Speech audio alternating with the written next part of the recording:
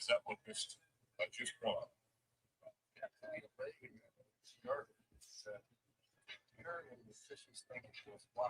Well, now the scoreboard, they put up. Both say no. I don't know.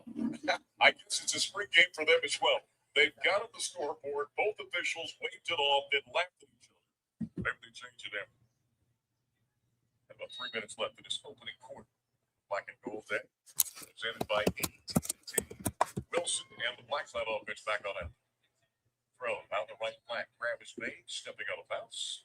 And a nice game that time by Buffaloes. Gibson on the reception. Gibson.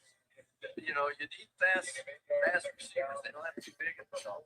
You've got some guys who can fly. Yes. And if you run down the list of receivers,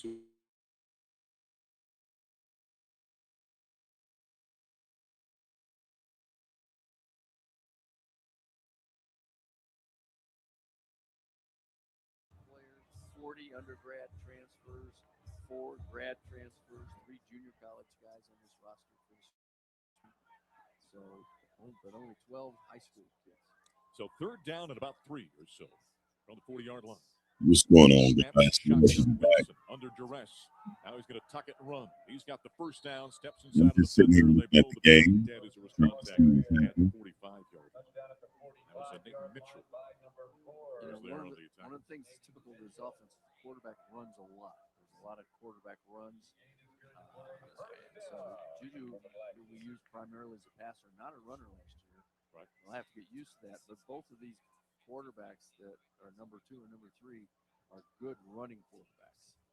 And so I think that's one of the marks of this offense is that you see the quarterbacks run the ball a lot. Slot either side, motion to the backfield. Wilson takes the shotgun snap, and he's going to keep now, dump it out on a delay on the left wing and across the 50 and penetrates inside defensive territory.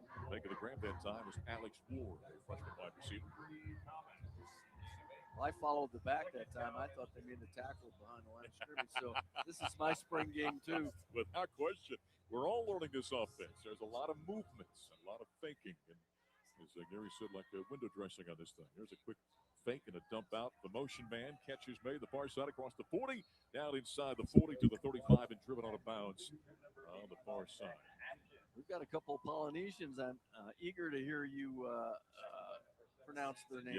Yep. They've got plenty of syllables in there. They did give me in fact, this morning I got a pronunciation guide, which is, again, it's a spring game for me as well. I'm trying to figure everything out. September, when we're in Atlanta, when the Buffs take on Georgia Tech, we'll have it all down. By the way, they've taken that field goal off the scoreboard. So they faked out the scoreboard guy as well. On first down, Wilson, pump fake to the right. Now he's going to throw a streak down the right side. It's deflected in the air and incomplete. They went for the tight end, Zach Atkins, out in the right flat. And he was battling with the defender. Ball got popped up in the air. Atkins nearly off the rebound came up with it, but it's incomplete. Another formation to the boundary where they had, most of their players to the short side of the field.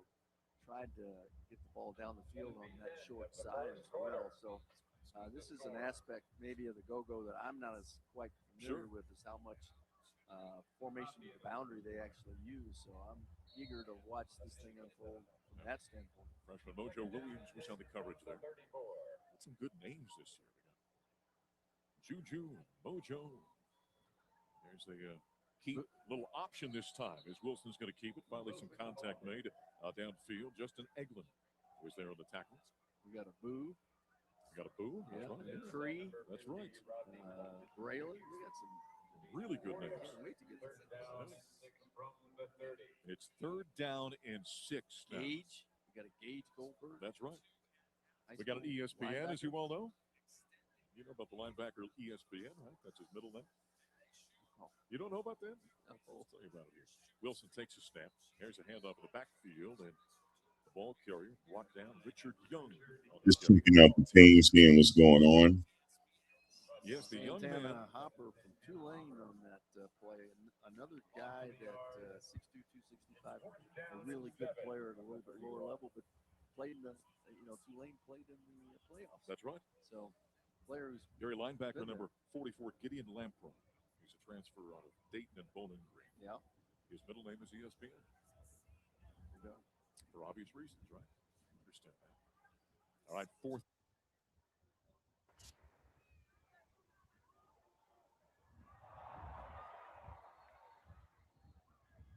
Seven-yard line. He turned, and the ball was on him immediately. That was an outstanding throw that time. By the Buffaloes, Isaac Wilson Gibson with a catch, and it's goal to go now for the Black Cloud offense. Man, that defense, I don't know, man.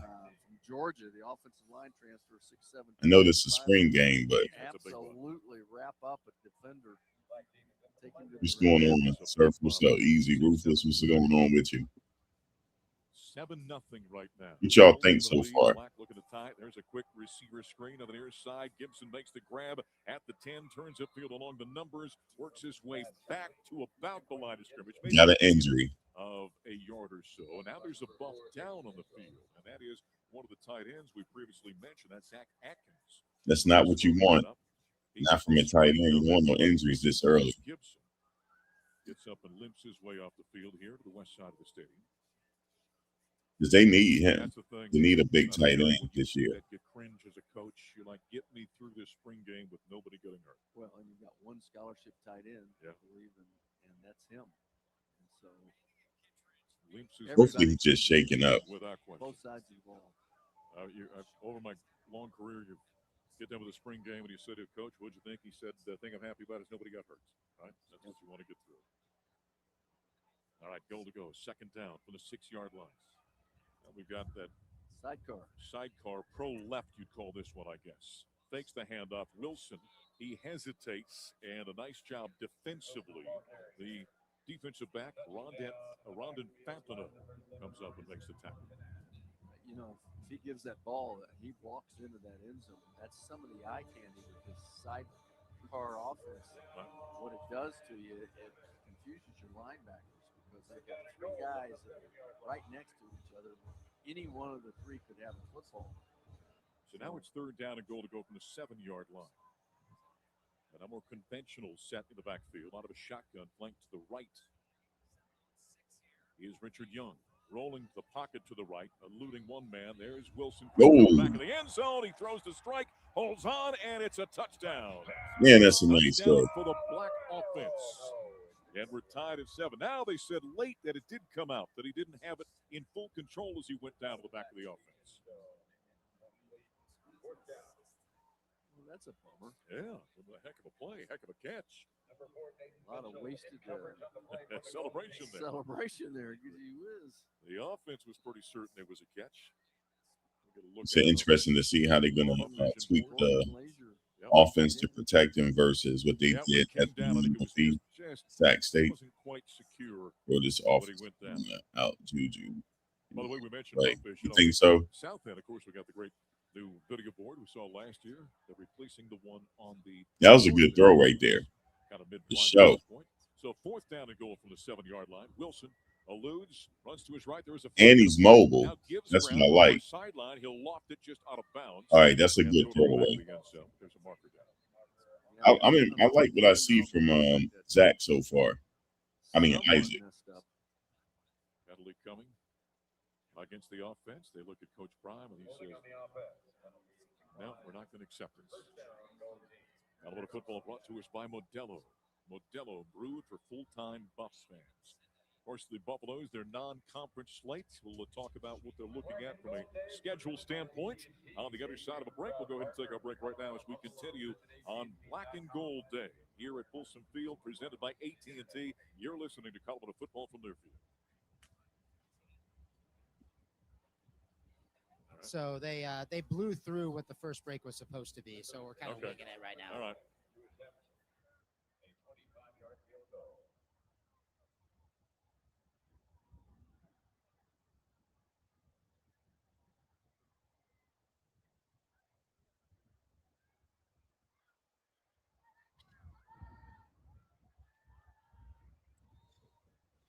Yeah, and the crowd. Where's the crowd at? The other one meant no good.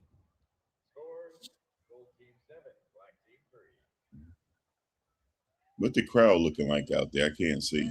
You see? It's a nice little something.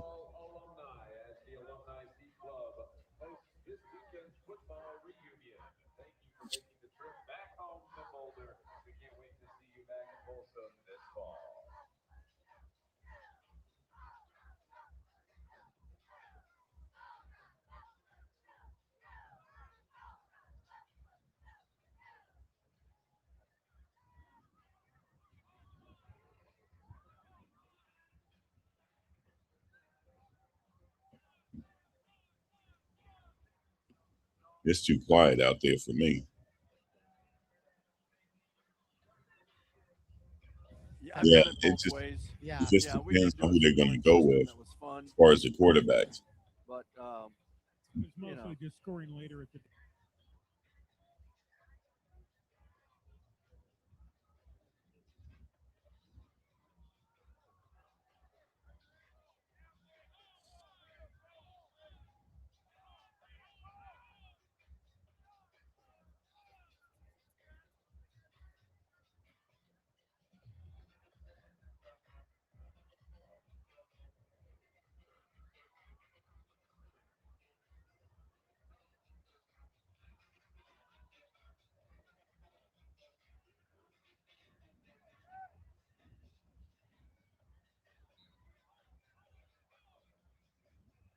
I didn't even see that play. Why do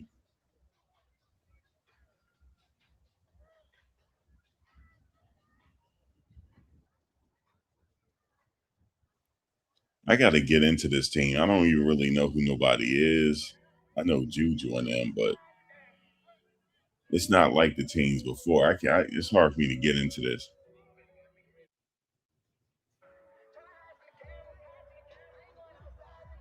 I got to start like looking at the individual players to learn them, try to get to know them. That's a big guy right there. That's one of the 3 techniques that you just saw, the nose tackle. I think he's a starter. I forget his name.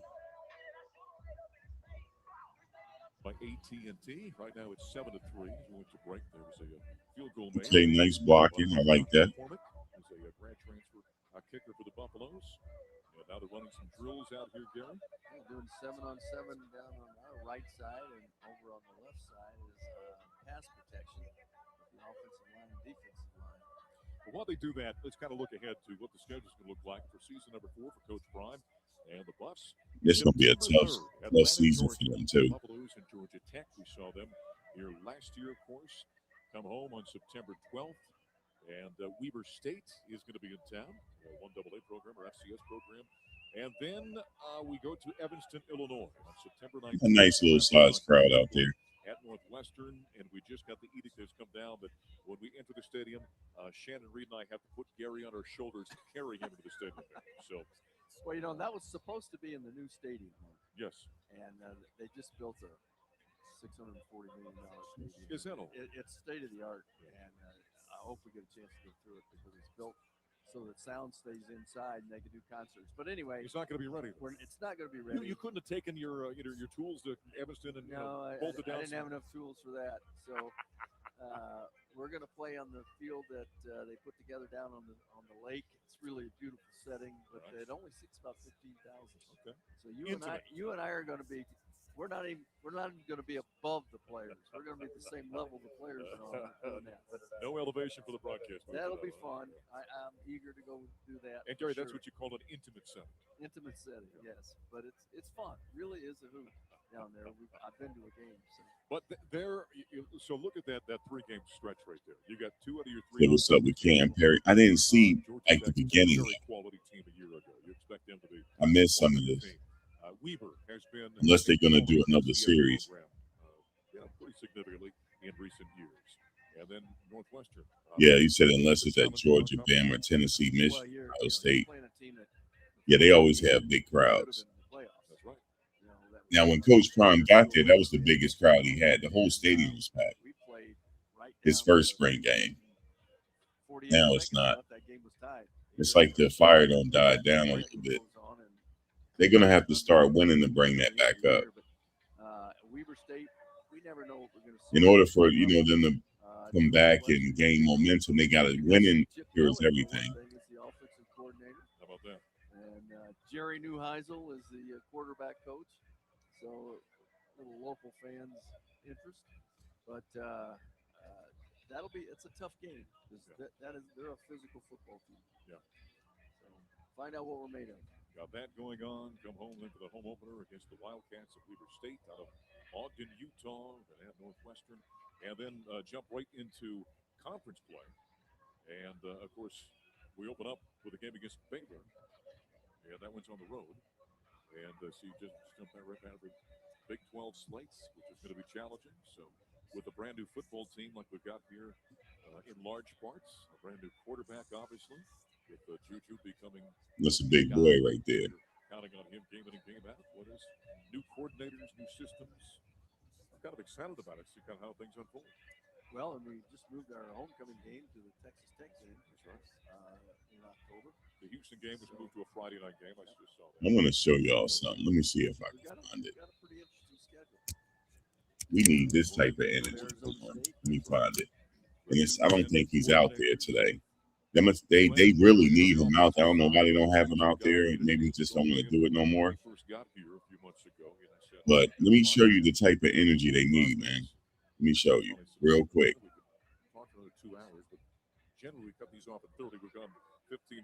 Here it is right here. Great insights and great life experience. You see this? You see that? Look at this. Boom, boom, boom, boom, boom. That's what they need. They don't have it. You see that? That's a 3 technique. Look. That's what they need, folks. Look at them. Look at the violent hands. Look how violent his hands are. Look. He can knock you out with one punch. And it's like the tenacity, the strength, the violence. They need to be violent. I don't see it in this team yet. That's what they need here. I don't know why they don't have him out there to teach them. Guys, this guy was better than what people think he was. I actually seen him play in his career. He was amazing. If he could teach one player this, that's what they need. They need this type of violence. Look at it. Look at him. Look how he line up. He even line up dangerous. They don't have it, man. And I know that's asking a lot for players. That's asking a lot because he was the best to do it.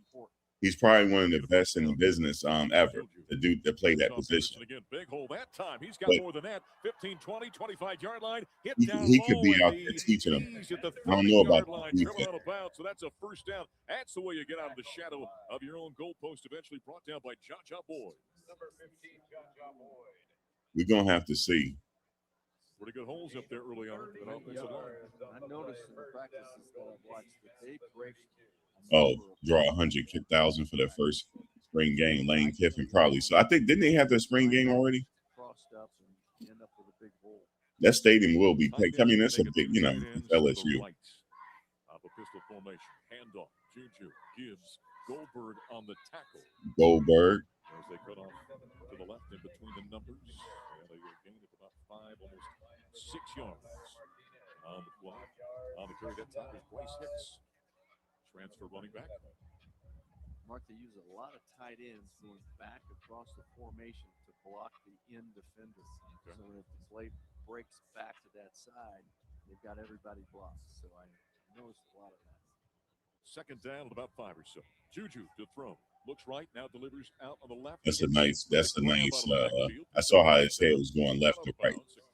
He was reading everything. I like that. When he went to the flat. Jaja Boyd was there in the tackle. It is black and gold day, but the teams are actually black and white here today. The white team is technically the gold. Yeah, that's a nice run right there. Leon Bell from Cal. Mark 6'8", 3. Yeah, like I said, I'm not worried about the running backs or the receivers at this point. Oh, nice. See, look at what I tell you about Caleb. He's physical. He don't care about that shot. What I tell y'all about him, he's the missing link. I told y'all that. He's the missing link. They should have used him last year, but they didn't. They made a mistake. Caleb is the missing link on that team. He's gonna get a lot of run this year. A lot. Especially when you need first down. He's gonna be open. Move upfield. First and 10 for the 45, the plus 45. Juju throwing a deep ball down the left side to Scudero. Yeah, he missed him there. Step on the defensive back. The ball was out in front of him, incomplete.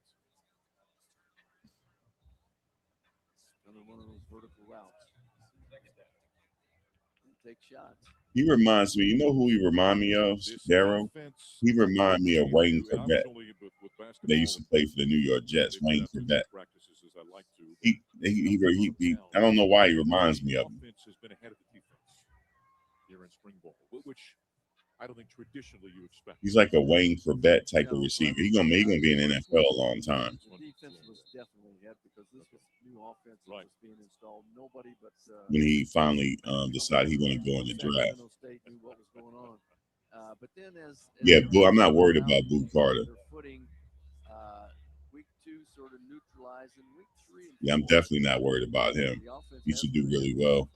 And that's good and bad. You want your offense hitting on cylinders, and Let's they're see going to what get better 88 over can the do, course of man. the year. But defensively, you leave spring ball. He you got the generally size, but do he have got what them you have violent hands though? Yeah. So you really want your defense to be ahead at the end of You spring. expect offenses to improve because Let me of the take a look timing at him and real understanding quick. of what they run, correct? Exactly. Juju to throw after the penalty. Threw it out the right flat. See, Caleb, what I tell y'all? And got hit immediately at the What I tell you? 37-yard line. He's always open. There by Boo Let me Carter. tell you something real quick. I know he said that he wants to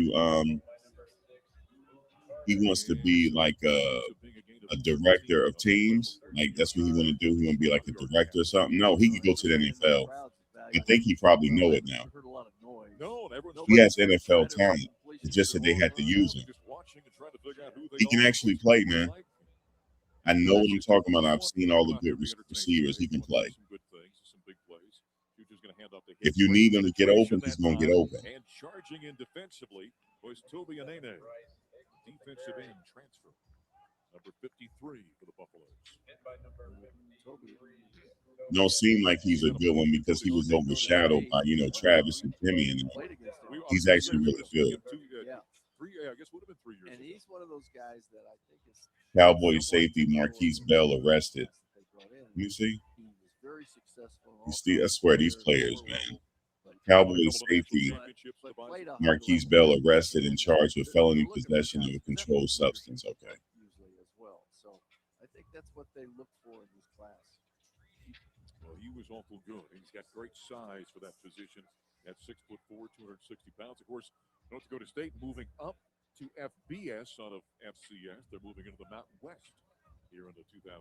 I think Coach like what he's doing with the offense. Everyone's jockeying for positions in college athletics, trying to find that firm footing for whatever it's going to look like ultimately. We got some punting drills going on right now. Damon Greaves, who comes back once again for the Buffaloes, out there booting the football. Colorado football brought to us by Molson Coors. Coors Light, mountain cold refreshment. Choose chill. Proud partner of Colorado Athletics. Celebrate responsibly. It's really, Gary, every day I get up and kind of scour social media thinking, okay, what does college athletics look like today? You said all that money, they will still risk it all because you can't take the mentality out, and that's why. Now that President Trump has gotten involved. What's up, Rebecca? I'm sitting here looking at the spring game and seeing what the possibilities are. I like what I see in the quarterback play so far. A new target out for the lawsuit. I like the running backs. They look good, man. But we're evolving. I just wish Warren Sapp was still there, man, to show him what he knew. But you can't. You got to have it in you for him to get effective. I just showed y'all a video of him back in the day, how violent he was. Through lawsuits, state laws, etc., it's hampered. I heard they want him to come back to the University of Miami. That's what I heard. Said that you can't do those sort of things anymore. You're restricting athletes. Field goal drill going on right now. But these sort of things. And so we're just trying to evolve into something that everybody knows about and recognizes, because right now fans don't have a clue, and I don't blame them. Announcers don't have a clue about where this thing's really going. The most recent thing that's been put out by the president, and also really I'm gonna tell you, at least what I see this year individually, you're gonna see some good output for some of the players, for years we've been trying to get that, especially the receivers and running back. It's 5 years ago to go. 5 to play 5. 5 to play 5. What we had traditionally, for those who know, we had 5 to play 4 traditionally. Correct. And then you would play 3 or 4 games in redshirt, so you didn't use your year. Now the whole redshirt thing isn't even going to be an issue. You got 5 years to play 5, and they're talking about putting an age limit on when your 5 years are up. So it'd be 5, as I understand at least right now, in theory, the idea would be you've got 5 years from the day you graduate or turn 19, whichever is sooner. And in 5 years, that time's up. I don't care what's happening. You don't play anymore. And part of that's coming in because of what we're seeing in basketball, where guys will go to the G League and come back and they're 27, 28 years old. So, but that's just one of the issues that are out there. The whole revenue share. Yeah, we see you on TV. And how you're paying players and how much you can pay them. When you look at the rosters for basketball, and I think Michigan had a $12 million roster. Kentucky had over 20. Kentucky had over 20. Basketball's got the same way. We're talking about 50, 40, and 50. This crowd, no, it's too quiet for me. There's only a handful of teams that can do that. So if they want a league where everybody's the same, then they have to change some rules. And they don't. Shit, Rutgers crowd is louder than this. Limit you as to what you can really restrict, because you have to do some restrictions. You don't have Somebody wanted me to cover some of the Rutgers games this year. I might do it. I might go up there. So I can get a media pass. You can't just dictate. Well, another one of the things that I'm back, you know, it's a lot of football around me. is that you can transfer So one time. And then if you transfer, got to figure it out. then you lose a year of eligibility. And if you play a player who's transferred and he doesn't sit a year, then He said it's Matt. funding. Now, I think he said he wanted to see the spring game. He said you got to show him this good year. idea. It sounds No good. way. And we've got a lot of those things that sound good. Show improved this year. Get enough people to agree on them to where we can make them rules. Well, they've broken down right now. Yeah, he's still somewhat more drills out here. not happy. Black and gold spring football game presented by AT&T at the Wilson Field. A little bit of climb cover. Very comfortable day. Temperature about 70 degrees. Good crowd in attendance. Everyone trying to figure out what the 2026 Buffalo is going to look like in year number 4 under Coach Prime. We'll go ahead and take another timeout and continue. Here in Boulder, you're listening to Colorado Football from Riverview.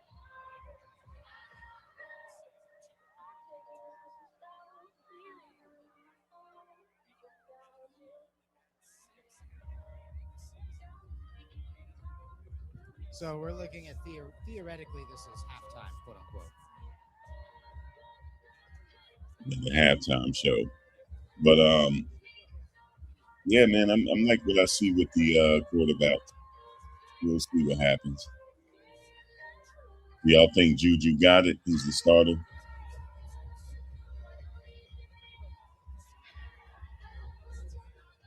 Yeah, Mark, if that volume to what?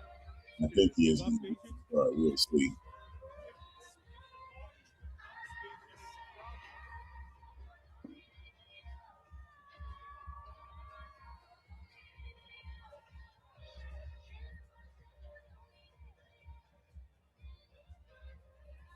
Yeah, man, we have some steppers on offense, though. We for sure do.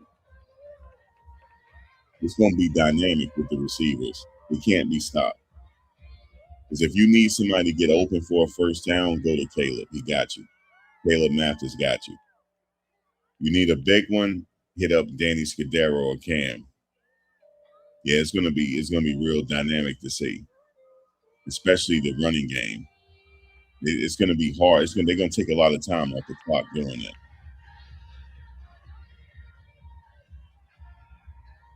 Now, are they comparable to? Man, ain't nobody comparing to that Heisman Trophy year. Nobody. They can't top that, yo. Jimmy Horn, LeJohntay, Travis, Will Shepherd. Oh my God, yo. Jimmy Horn Jr. Yeah, I don't know, bro. We're gonna have to see. That team, dude, I really appreciate how good that team was. I'm really appreciating them. That was a really, really, really, really good team.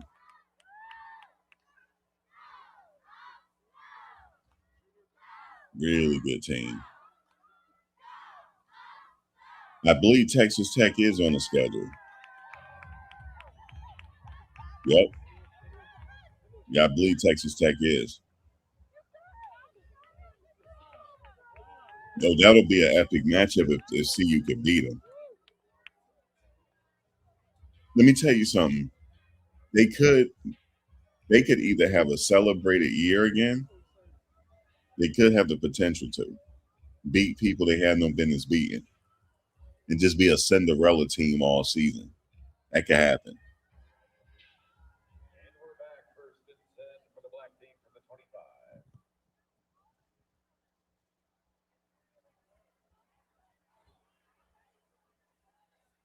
University of Colorado football is brought to us by the Wilhite Law Firm. Rob Wilhite, CEO Are of Young, he's the good. Wilhite Law Firm, is proud to be the From exclusive Alabama. personal injury law firm for the Buffaloes. If you've been injured in an automobile, bicycle, or work accident, 303 Good Law. Give them a call or visit WilhiteWins.com. Coach Gary Barnett, voice of the bus, Mark Johnson, back here on Black and Gold Day, presented by AT&T. This technically is halftime right now. Again, these things are always very fluid, Gary, as they have unfolded. Now they are actually going back to scrimmaging. So that technically was supposed to be halftime for 10 minutes. Now decided to jump back into it. We just kind of play along, and there was a wide open throw from Wilson to the left side, went right in and out of the hands of Micah Welch, the intended receiver. That would have been a touchdown. Well, that was an interesting route, Mark. It was the sidecar formation, a little bit of formation through the boundary, motion back to the wide side, and then the two sidecars. I don't know. We're going to figure out a word for those guys. They sort of ran swing routes, and neither one of them were covered. So they got lost. Linebackers lost those two guys in that formation. Well, there's a lot going on out there. There's a lot going on. 3rd down and 5 from the 20-yard line. Shotgun snap taken by Wilson. Drops, steps up in the pocket, throws this one back right corner of the end zone, and it's incomplete. They were looking for Quinnell Farrakhan Jr. He was bracketed on either side by a couple of defensive backs, one of them being Nate Mitchell, who's out there. A little better throw. That would have been a touchdown, but that was another one of those corner routes. And they get these corner routes not from the outside receivers, but from the inside receivers, because there's more space if they run that route from the inside of the formation, because it's run to the outside corner. So a lot of those I've noticed. That was a good route, and it was pretty open.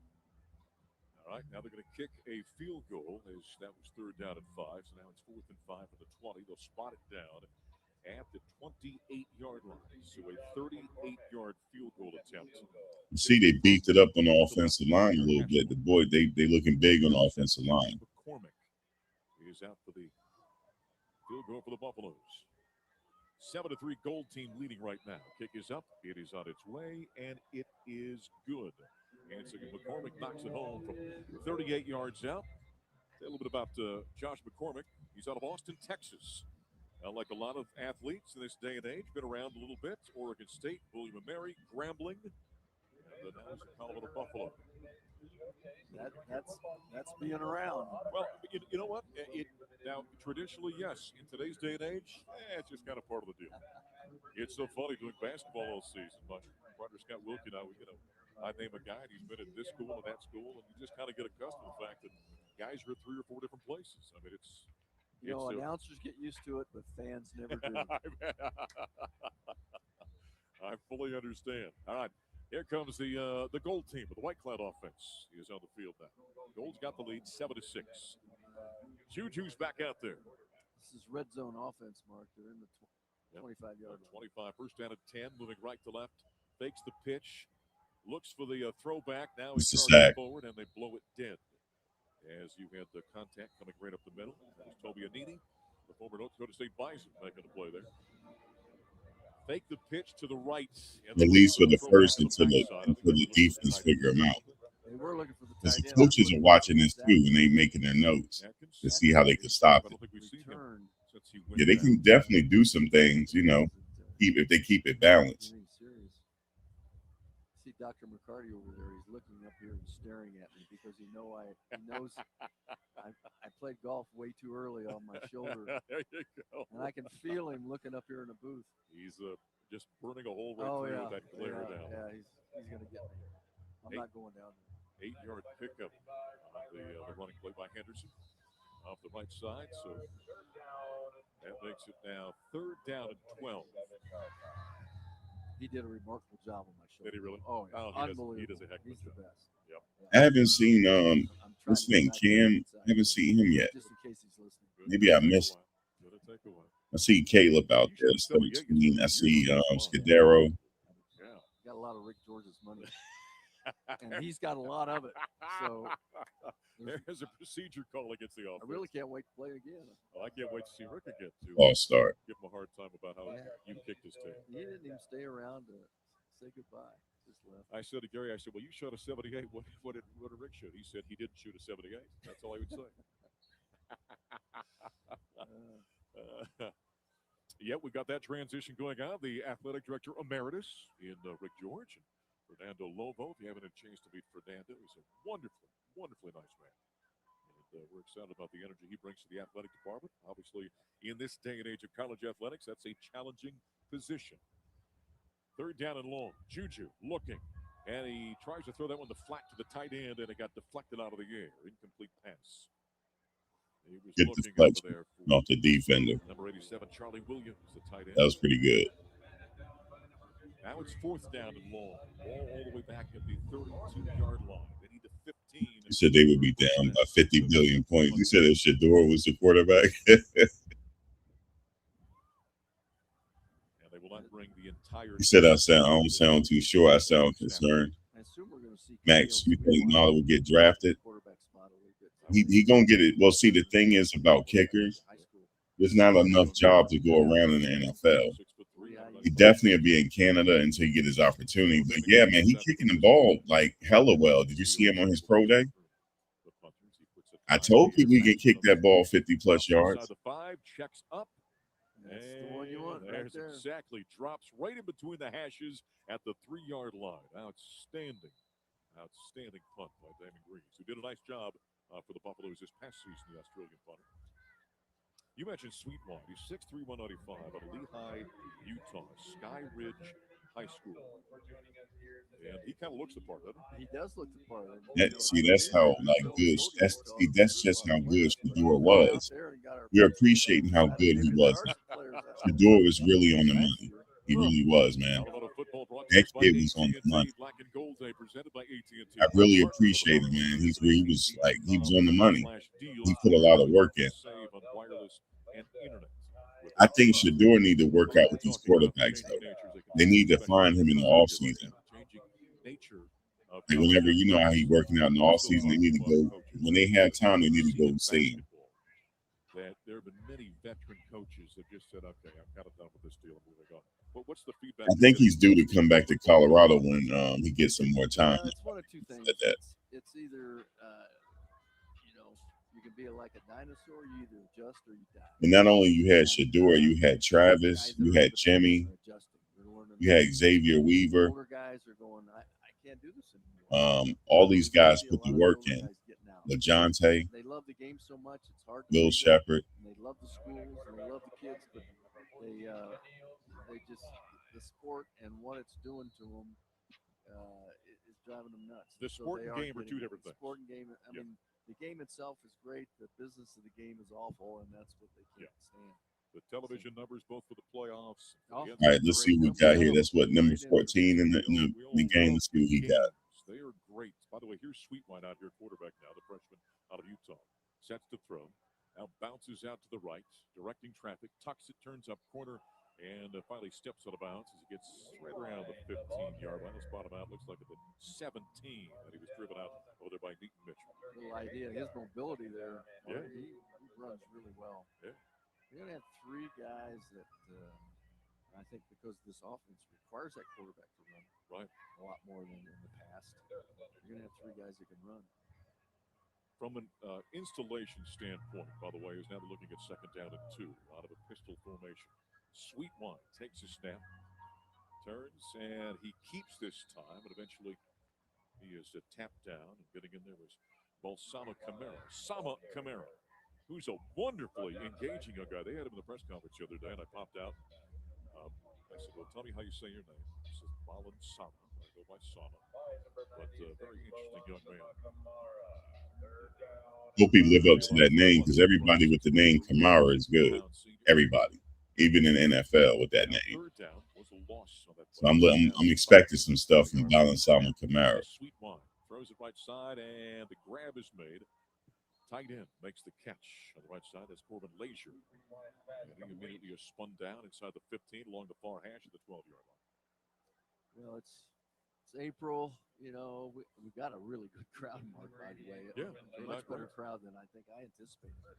We got maybe 20,000 people here, and kept so filling in. Got a nice day for it.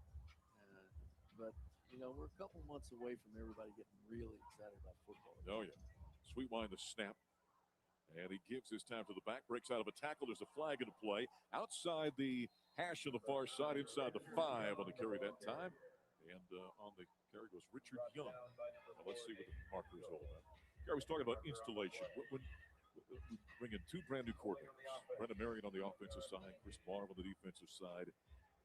And I know that Brendan, the other day at his press Nice conference, run. said That was a nice playing run. a game right now.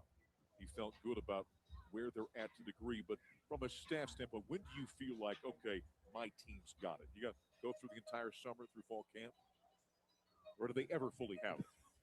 After the night after the first game, I mean, I wanted another practice on Friday before the first game. Right. I never felt like you're ready because you just got you got something you got to cover. Right. For sure.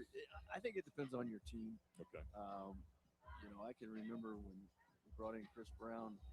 And we had that team in 2001, and we're in fall camp, and all of a sudden we're making long runs that you never make in camp. You never get those. I mean, Chris Brown's running 60 yards in camp, and I'm going, where's our defense? And then Purify's running, and then, but that's when I realized that, you know what, we're going to be pretty good on offense because we don't do this normally. But every team's different, for sure.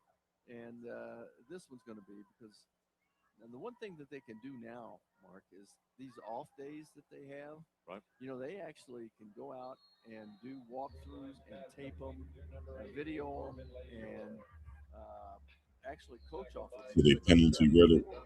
And so while you get 15 days of practice, you get another 15 days or more where you can actually do walkthroughs. So they can get a lot more done in spring practice than they used to be able to. There's a first down throw to the left-hand side of the tight end Leisure. Donovan Stevens made the tackle. Nice throw by the freshman, Sweet Wine. Got it. Second down and 8 from the 10-yard line. Before the snap, there was a marker down. They got a penalty. So while they sort that out, that goes against the offense. We're going to pause 10 seconds now for station identification on the Colorado Football Network. Well, I guess they got to call penalties too. They're trying to get their time in.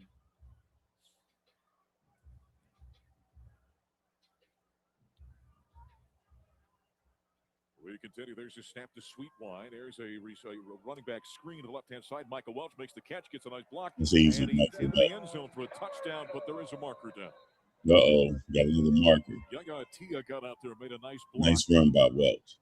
And opened up the hole for Michael Welch to into the end zone. You already know what he could do. There's a flag thrown. By the way, Yaya Tia Holding. has been a very impressive player. Yes. As I've watched him in camp. I mean, he understands leverage. We played him at that move tight end spot a lot last year. That's right. Played in the 90s number, I think. But he's a guard this year, and he's a dominant player at that position. I've been really impressed with him. 6'4", 340, a young man out of London, England, out of the NFL Academy. And I think he may be. Yaya is eventually, watch when I tell you, he's going to be a pro. He looks as though he's a leader. Yeah. By his body's language and the way players. It's going to take him another couple years, though. He looks the part. And he's been walking the walk as well during camp. So good to see how he develops. And he's fast, too, to be a guard. He's fast. He's fast on his feet. Sweet Wine, the catch. Throws the receiver screen. Right side, quick move. Gibson steps out of a tackle in between the hash and numbers on the far side. Driven back now. Got down to the 8, driven back to the 10. And the tackle. So that's going to make it second down. And they gain about 3 to 3.5 on that. Let's call it third down and 6 now. For that second down. You didn't lose any of Susan's money out there in Vegas, did you? No. You listen. I walk through casinos like that, I get a rash. It's hard living out there, man. It scares me in Las Vegas. It's not my world. I like to be where there's not much going on. I can't go there either. I was saying to a friend of mine, he goes, give me a call. He said, how do you like where you staying? I said, Cosmopolitan. He says, how is it? I said, I don't know. I don't leave my room. It's a 4-day trek to go get a cup of coffee, and you got to, Then I went down one morning to get a cup of coffee, and a fight started in the line because guys were fighting over. And so I stepped between a couple of guys. They've been out all night. They smelled it such. Yeah, their crowd is low. But, man, that's always interesting. they got to start winning for that. Thing, the sphere, whatever, that was Get the excitement that back. was looking at me all night long. It just freaked me out. Oh, that's supposed to be a great experience. All right, 4th down. Sweetwine, the freshman, continues the quarterback. Give, tailback, straight ahead. And first down, very close. We'll see where they mark that one down on the carry by Richard Young. I think what Sweetwine's looked pretty good out there, hasn't he? Yeah. Moved well, throwing the ball nicely for a youngster. Yeah. They get a lot of north-south in this offense that I like. University of Colorado football is brought to us by XL Energy, proudly powering Colorado homes, businesses, and even Folsom Field with 99.9% reliable energy. Our employees, your neighbors, committed to keeping the lights on and spreading good energy across our state. Be proud to power Colorado and support the bus. XL Energy. Well, we'll see if they actually make it to a 4th quarter, and I wonder about that. I'm getting a little juiced up for this season watching this. You're kind of liking this offense, aren't you? I'm sure liking this. Yeah. I'm having fun with this. Gary, how many years have you and I broadcasted? Is it 10 now? How many years? Since 16, we 16. started. All And then right. we did a couple games together in 15. That's right. And then we did a couple bowl games together. That's right. That's right. Juju back out there. He's thrown to the end zone. That one's out of bounds. Intended to Scudero. After like going to the end zone. So, yeah, I can always tell when you like the offense, you kind of sit up a little straighter. You kind of lean forward a little bit more. You're kind of digging the go-go right now. Bring my hands out.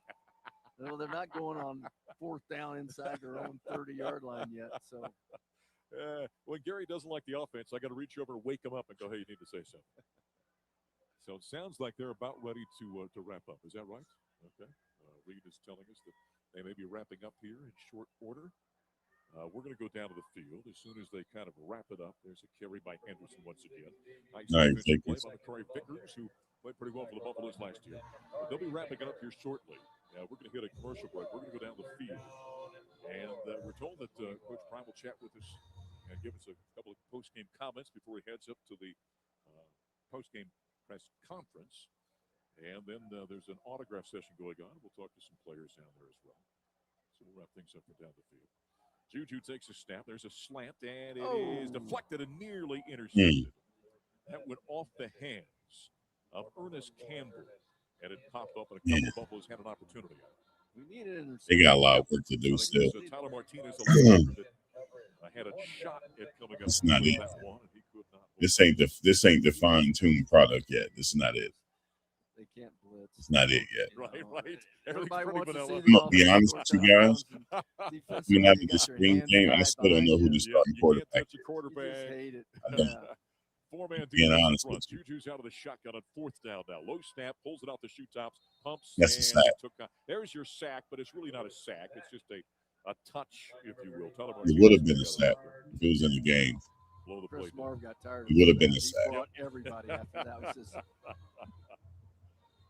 he'll probably get chewed out in the staff room. I still think, to be honest with you, I still think Whit Wilson could start. You get a little inside baseball think in terms so. of what's actually going on. This quarterback competition is still going. There's no clear-cut starter yet. Those two teams, that was the one offense that was out there. Right now, it's 7-6 in favor of the Golden. Whatever that means in a controlled scrimmage like this. And it looks like they're going to bring.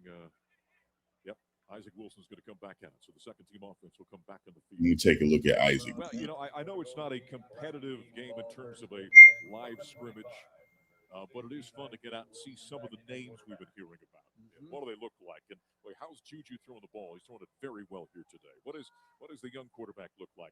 Scudero made some. I'm looking closely at Wilson now. Very close. Let's see. The 25. Snap, throws this one out, and it is intercepted Oh, on the far Lord. side. Jumping that play and coming up with it was Mojo Williams. Ooh, they need some work. It was just one out in the They right still flat. need some work, He guys. saw it coming. And The defense ain't bad. is that defensive play they're looking for.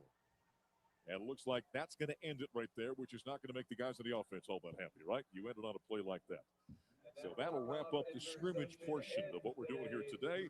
And Coach Prime's going to talk with the team. We're going to run downstairs and see if we can talk to Coach Prime and a few of the players and put a wrap on Black and Gold Day, presented by AT&T. We'll continue. Yeah, this the offense. They need some work, son.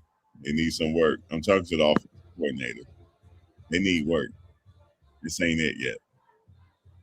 This ain't it. I wanted to see something big by Danny Scudero. I didn't see it. Yeah, this ain't it yet, guys. This ain't it.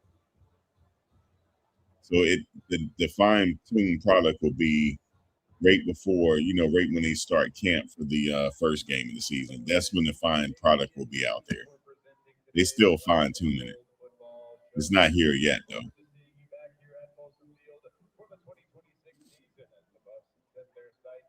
But there were some players out there that look good, though. The offensive line looks big. R.J. Johnson is back. I forgot he's back this year. He's like over like 340, 350. The offensive line is big. The starters. Yaya, he's like 340 his damn self. He's fast. They good on the offensive line this year.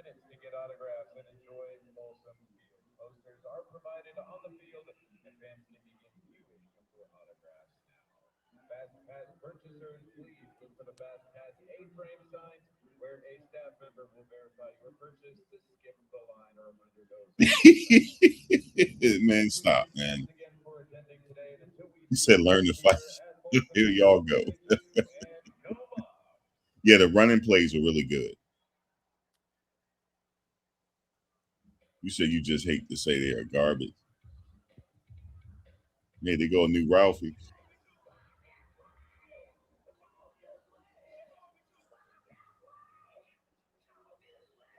Yeah, it's not it yet. Okay, it's just the spring. All right, Zach. Reed said he had texted you about some sort of break combination. See, defense. You got it. That was good. I missed that play by Scudero. That was a good one. Yeah, that was a good one. Yeah, that was a good one. He did the Daniel son. Yeah, that was a good one there. Yes, sir. That was a good one. I missed it, though. That's Wayne Corbett, by the way. That's Wayne Corbett, New York Jets. Look at that. That's good now. Hold on, Juju. Wait a minute. Hold on. I ain't see that. Let me look at that again. Oh, that's Caleb. Boom. That's a dime. Yep. I like that. Okay, Juju, you got the start. Boom. For right now, I'm saying Juju got the start. Right now. I didn't see that play. I missed it. That's the Danielson play. That was good defense because Caleb would have ran that. That's good defense. He's the star of the team. That's Scudero. He's the star. That was a good play now. I just missed it.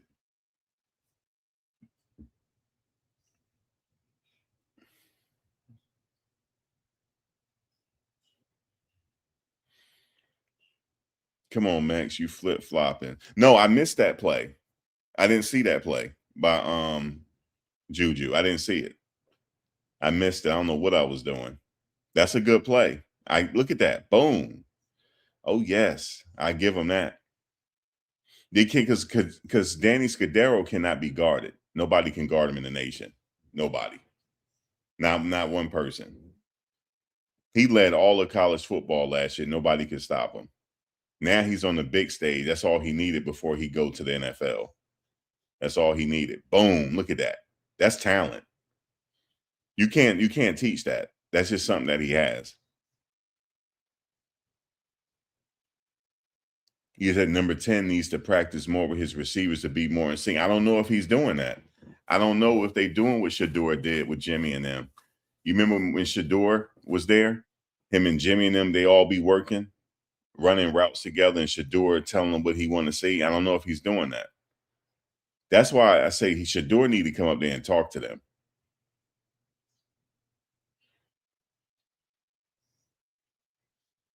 He said he would lock Danny up. Let me tell you something, man. I played football. Well, I was a tight end. And I'm telling you right now, I couldn't lock him up. I'm just saying. And you know, we were taught, we were old school with it. I don't know why this is not, they don't do it no more. Y'all tell me if they're doing this. What we were taught was, okay, if you're a defensive back, first of all, your money is your leverage. Okay, you have to be balanced when you lining up. And as soon as they get within 5 yards, you just hit them right in the fucking chest. And what you're doing is you're getting them off balance. So let me see. So if I'm on let me see, which side am I on? You see from that perspective of the field right here? From that, hold on, let me show you so I can explain it. This is how we were taught. Everybody's taught this. Is old school. It's fundamentals. So if you're on the left side of the field, you're punching with your right hand. You want to keep them. You want to stay on their outside. You want to stay on the outside. You need that leverage. If you're on the left side of the field, you punching with your right hand. Vice versa. You're gonna punch them. Like if you get close, you punch them because you're running the route with them, but you're gonna punch them right in the chest. I don't see it. I don't see that happen. I see him tapping the receiver. I don't see him punching him. But I don't know if I could lock him up. Nobody can. Nobody can. The kid's a baller. He has something that he just has it in him to get open. Just think of him as think of LeJontay Wester. That's Danny Scudero. That's the replacement for LeJontay Wester. They're the same. It's pretty much they're the same. So, you know, LeJontay always got open. Always got open. Remember, he hooked up with that legendary play with Shador when Shador rolled to his left and they won the game. They called it a Hail Mary. That wasn't a Hail Mary. It was just a good play by both Shador and LeJontay. That's Danny Scudero. That's him. That's what they got in him. So Juju could get him the ball like that, they're not going to be stopped. Ain't too many people in the nation could stop that.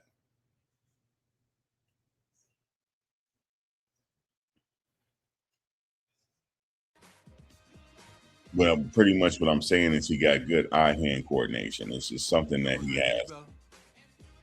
But you still need more. You still need more players to win the game, though, not just Danny Scudero.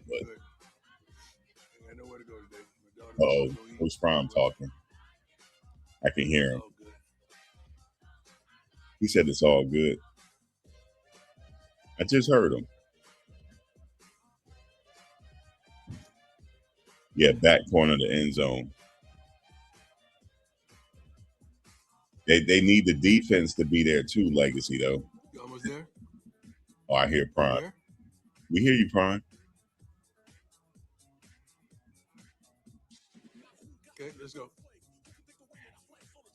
Hi, Coach. Good to see you again. How you doing? Young Sports doing well. Over the spring, how do you feel like things that you accomplish?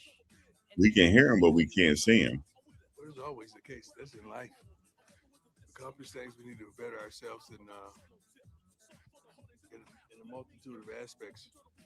We got some good things going on. I think you can see the fruit thereof. The hardest thing to measure when you're measuring a Wow, that was a fail. All right. Well, guys, he was being interviewed, but they cut it off. But anyway, we saw what we saw, right? We saw it. They still got some work to do. That's normal. It's still early in the process. Yeah, if they run the ball well, right. What's up? What's up, Peter? Yeah, if they run the ball, they could definitely do some things this year. It's going to be tough this year, though. The schedule is tough. It's really tough. Really, really, really tough this year. Did Boo play? I didn't see Boo play. Did Boo play today, guys? Boo Carter? I didn't see him out there.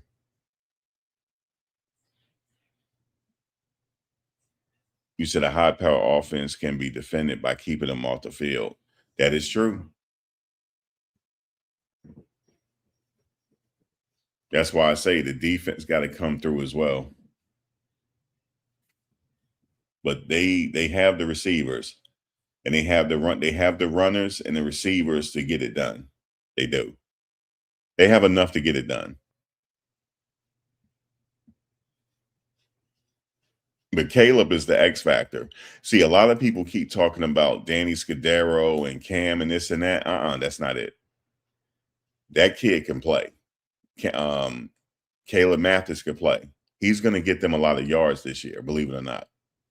He's going to be the X factor, and which will get Danny Scudero open. Remember, you got to have somebody to get your other players open. He's going to be the one to get everybody else open. You need a route runner like that. They have it now. So they're going to be really dynamic this year in the offense, I think. They still got a little work to do from what I see, but it's still early on. I'm just worried about the defense a little bit. Right, by running games, right. They have it.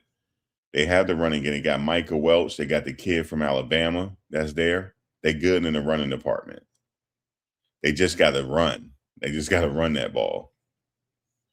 But with this new offensive coordinator, it should be able to happen. I know Coach saying that, well, the new offensive coordinator, he was averaging a certain amount of points per game, and that's what we need to win the game. No, we need a running game. You could win a game by 14 points. Okay, it just depends on how the flow of the game is going. You know what I'm saying? You just have to Coach want to put a lot of points on the board. That's what he wants to do, but you can win other ways too. The defense have to come through for you. So there's a lot to hold. They have to have a complete team.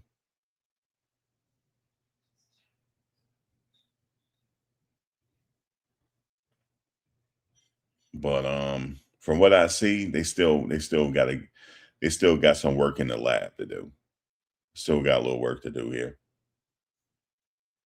I don't know. It's like a different thing, man. When I be watching these big powerhouse programs, it's like the players look bigger for some reason. I don't know what it is. I know they got some big players out there too, but I don't know what it is, man. I forget what team I was watching. Them players look huge, man. Yeah, he's a possession receiver. First down, win games. Right. That's what I say that he's for. If you need somebody to get you that to move the chains, Caleb is your guy. He will run that middle. He will run up the middle with no problem. He's very physical. Remember, he played special teams.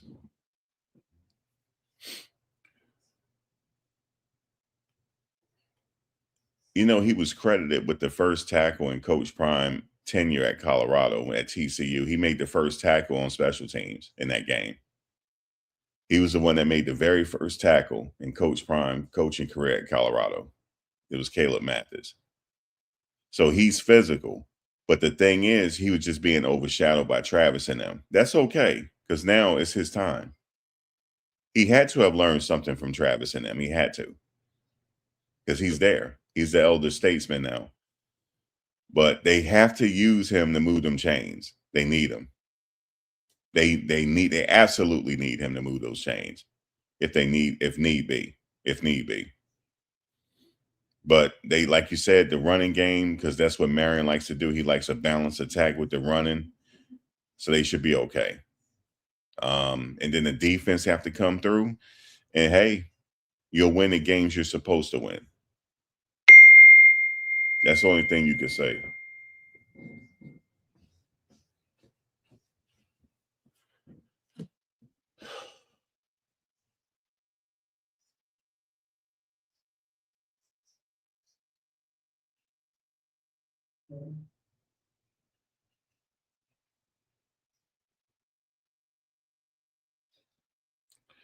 So they're gonna win the games they're supposed to win.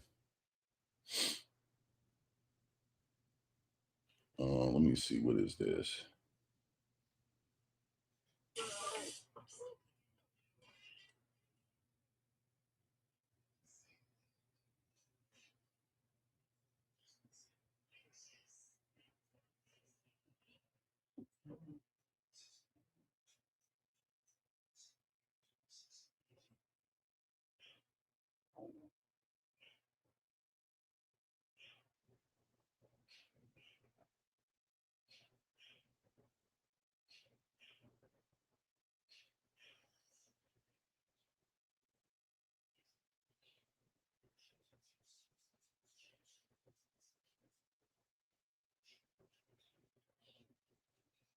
Yeah, so they have a little bit of work to do. That's the whole point of the off season.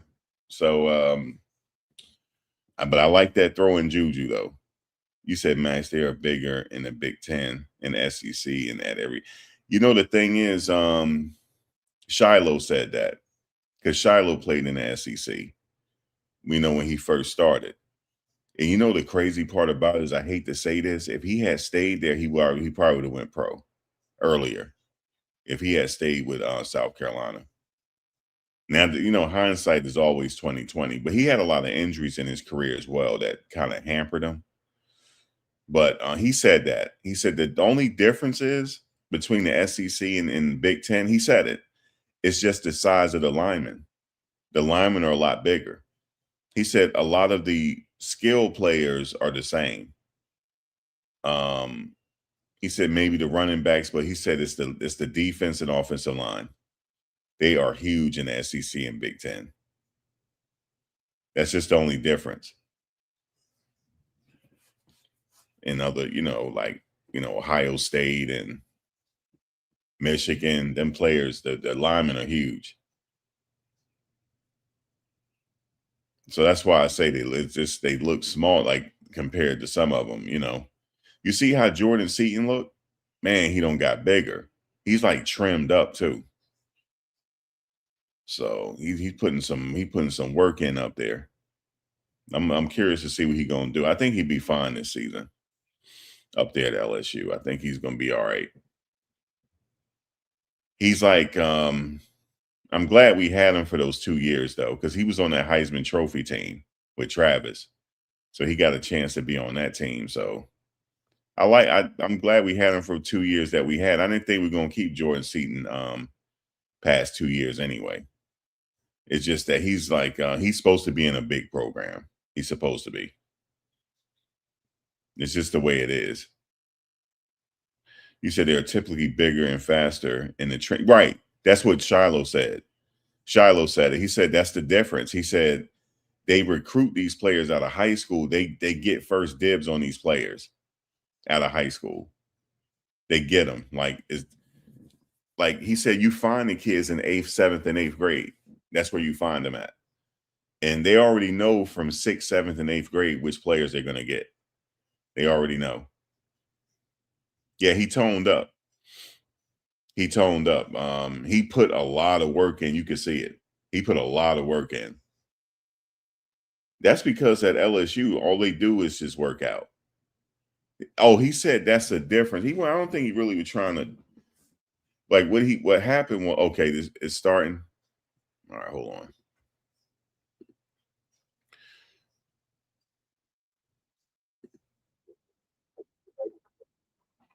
Carlo. This is Jack Carlo. Want to ask about the early Hold on, Jack. Let me stop you for a minute. Okay. So who else? 247 is they're hiring everybody right now, right? Right? Who else is with 247? I'm the one guy at Buff Insider. Okay. But I heard something. Somebody must have told me something about somebody else. I don't know who it was. Yeah. But I'm like, man, they must be desperate. We talk later. No, not about you. You know what I mean. That's what I heard. I'm just saying I heard. Get that later. I heard. I want to ask about the early enrollees. We saw Mojo had a nice pick there at the end. Just what stood out to you most about that group? The early enrollees, it's hard to really understand who was that. I'm getting older. those guys are coming, man. Like everybody played today. Everybody got the proper time that they could display their attributes. Mo made the big play, of course, but we got some youngsters that's going to help us. They're going to help us tremendously. Even if they're not helping us on offense or defense, they're going to help us on special teams. So I'm excited about that class. We still got a couple more guys that's going to be here this summer that I think signees as well. I think they're in town right now. What else you got, Jack? That's all you got for me, dog? What we going to eat, man? Longmont? Anywhere? Where's your spots? Anywhere downtown. What I is don't wanna downtown? highlight. What is downtown Longmont? Like they have like a main street there. Have you checked out Main Street? You yet? mean that it's a lot of like Mexican restaurants Oh, on yeah. it? I Okay. don't want to highlight any. Okay. I got the endorsement deal there, You got endorsement? but no, I don't want to like give. Red Lobster. Oh, that's my spot. That's your spot. It's my spot. I have a couple friends that work there. A couple of the waiters I know by name. I know them too. Yeah. I know them You know what he told me? too. They do a good they're job. Yeah, I'm a decent tipper too. I'm a really good. decent. I'm sure they appreciate that. I'm sure they do. Thanks, Coach. All right, buddy. Hey, Coach. Scott Proctor, What's going on, DVR. Scott? Good to see you. You too. You mentioned earlier this week that you love like 3 cornerbacks, but you feel like the rest of the room kind of needs to step it up a little You're bit. true. What did you see from them today, and what exactly are you? I saw looking the for same as the thing I've been rest of the way? saying. I want to see aggressive. How many passes did we throw today? Do we have any stats on I that? have them, Coach. We had a little malfunction, so I'm going to work on it right after this. Okay. Let's just say we threw 20. They threw 20 passes. We got to break up, at least 5. Get our hands on a couple of them, and maybe one pick. We can't have no pass breakups out of 20 to 30 passes. That's not a good sign. These guys are working. They know what I want. We just had our meeting yesterday. We're brutally honest with them, but I challenged them to go to the next level. Everybody getting a check now, man. I expect you to earn it. I really do. And I mean that. Lincoln. Hey, Coach Lincoln Roach. Lincoln Roach. That red, red lobster. Why did you say that like with emphasis? We had roaches growing up, so I dropped 36 points one night with 4 roaches in my shoe. I took my shoe off after the game, and like roaches fell out of that thing. And after I dropped like 36, they killed me. My teammates murdered me that night about you dropped 36 with 4 roaches in your shoes. So I didn't make fun of your name, but you said that like you tried to run by it real quick. Yeah. Fair enough. Amen. When you got to CU, you really put the school on the map, bringing the national attention. I think you guys did a tremendous job of helping me. I didn't do that alone. Like, bad or good, media is media. And people wants to know what you're talking about, whether it's bad or good. So you guys did a heck of a job of helping us get on the map. Well, with that, this is your first spring game not to air on a network, Right. airing on the YouTube. Yeah. What's needed to bring back that national attention, getting those networks? wanting to air That's those not games? just us. It's no one's valuing spring anymore. You got several major colleges not even having spring games. The only thing that will bring that back is we compete against another school. And I've been saying that for the last several years, but I'm glad I ain't say what I was thinking. But I can't be the first one to say it. So that's what's needed. You winning also helps increase that, but people get tired of the same old at a certain point, and you want more. I think this world is conditioned that we want more, and things are so different in college football right now with kids moving and kids leaving. So it's no loyalty somewhat of kids staying. So it's hard for the fan base to get to know, all these kids and to buy in and say, you know what, I'm going to support that. Hey, he's gone. I'm going to support it, but they're gone. So I understand that wholeheartedly, but we have a tremendous fan base. We have a tremendous student body, and we still have a lot of people out there that's crazy about CU football. And I'm excited about that. Last year, we were the only spring game on linear at all. Yeah, so that tells you a lot. Yes, sir. Hey, Coach Harrison Simeon, Buffs and SI. You talked about being, hands-on, close to your relationship with the corners. And after that touchdown to Scudero, saw you kind of coaching up Braylon Edwards there. Can you talk about maybe Well, let me tell you what I told him. You got to stay outside. What is Danny running right there, post? corner? He's running the corner. You knew that. I knew that. Everybody, and mama knew that. Get your butt outside and use the safety that's on the inside. First of all, it's a matchup with Danny versus a safety. That's favorable. So you got to do your best to understand the knowledge of the game, but it's a freshman.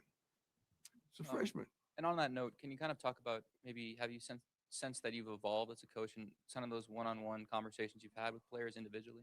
Well, I've always had one-on-one conversations with players. I've always had tremendous relationships with our players that exceed football. It's not just about football. I love to increase that and enhance that in every way imaginable, but I felt like I've always had a pretty good relationship with guys on the team. Last year was a little different because some came in that I didn't even know until I got here for fall camp, and that was new. That was different for me. That was tremendously different for me. Hey, Coach, a couple more for you, but are you enjoying the challenge of coming off of last year and trying to make it better? We're going to make it better. We're not trying. We already have with the staff as well as the players that's inside the locker room.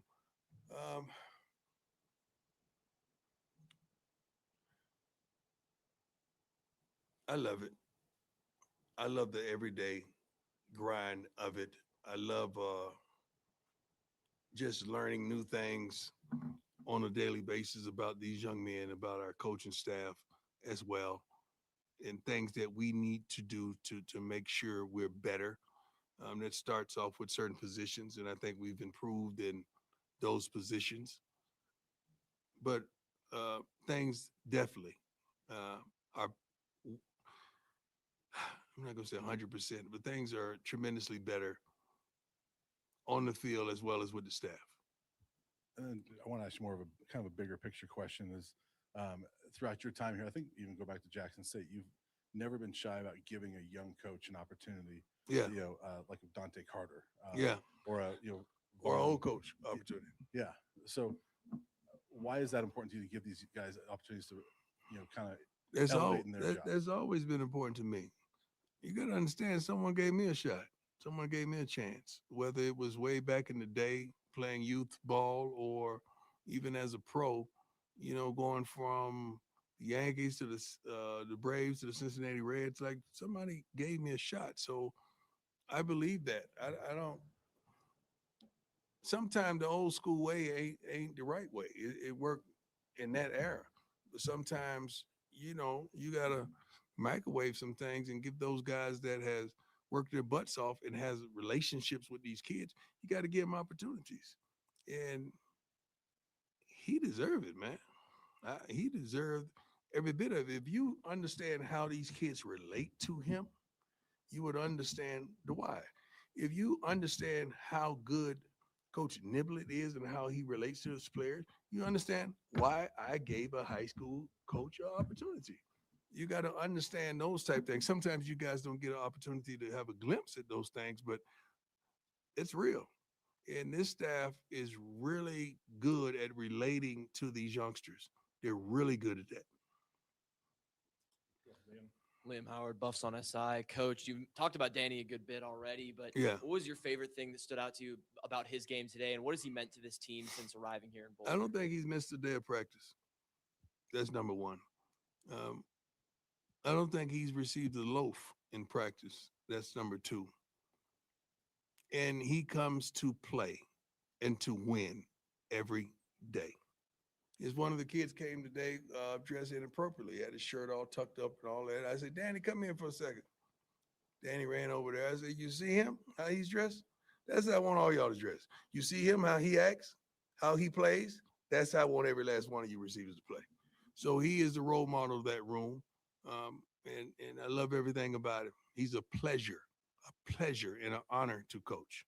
I reached out to a dear friend of mine that he reminds me of, a guy by the name of Julian Edelman. You might know him. And I wanted to connect the two because Jules could give him some tremendous insight because Danny. Yeah, I do see a little Julian Edelman in him. Yeah, I do. And I wanted him to learn from someone of that nature and that stature that's a bona fide winner, because that's who Danny is. Hey, Coach Leo Rivera with BuffStampede.com. I know you had pregame talk with Akeem Talib. I was just kind of curious. Yeah. What was that about? Yeah, he I think is it his nephew? Yeah, his nephew is on the squad, and I picked him just because of my relationship with him. And I told him, I say, now you were so good and we're cool, and I know you would never lie to me.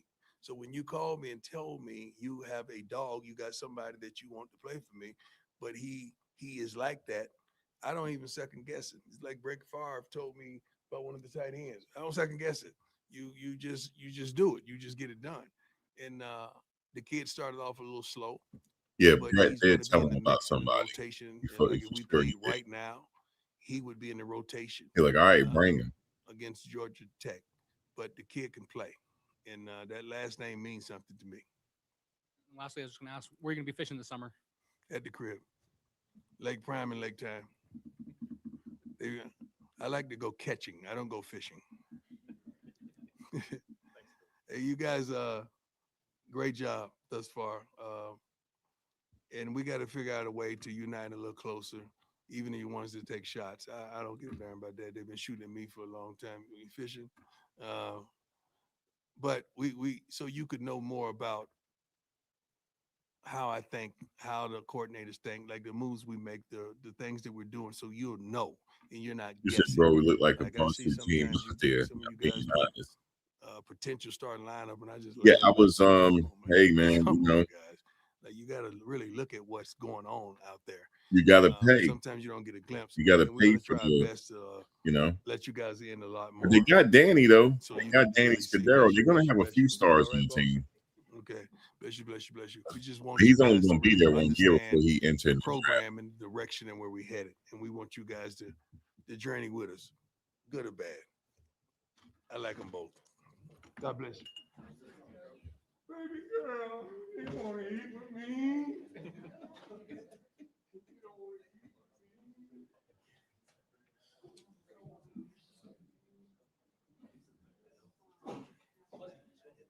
Who we have coming in?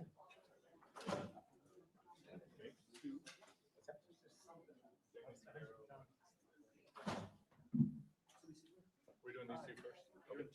Okay, two.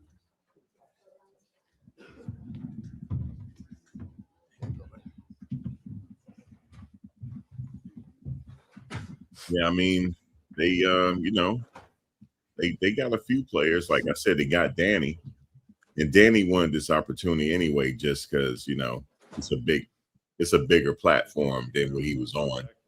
All he has to do is just do what he did, and he go into NFL. For you, Coach Prime just mentioned that he connected you with Julian Edelman. What do you guys have been talking about, and how much knowledge have you absorbed from him?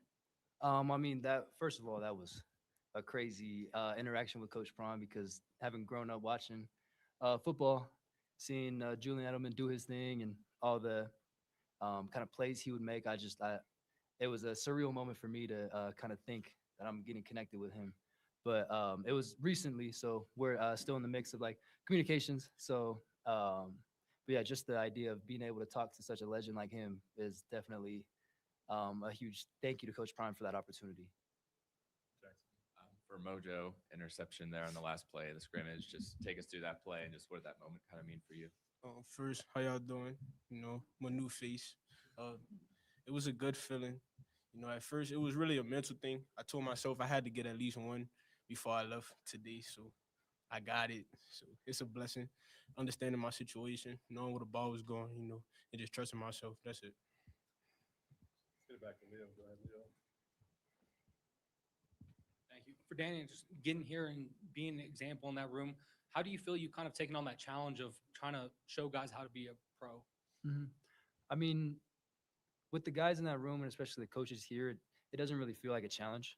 I'd say it's just kind of just like everybody's pushing everybody in that room, and you kind of just hold each other to a standard and hold each other accountable. And with that, it really just, like I said, it doesn't seem like a challenge. It just seems like you're coming and playing football with your best friends every day. It really makes it seem fun. It makes it seem easy, and it makes football more fun than it has to be. Hi, Danny. Obviously, you bet on yourself coming here and believed in yourself. When did you feel like, okay, I'm really fitting in and excelling at this level?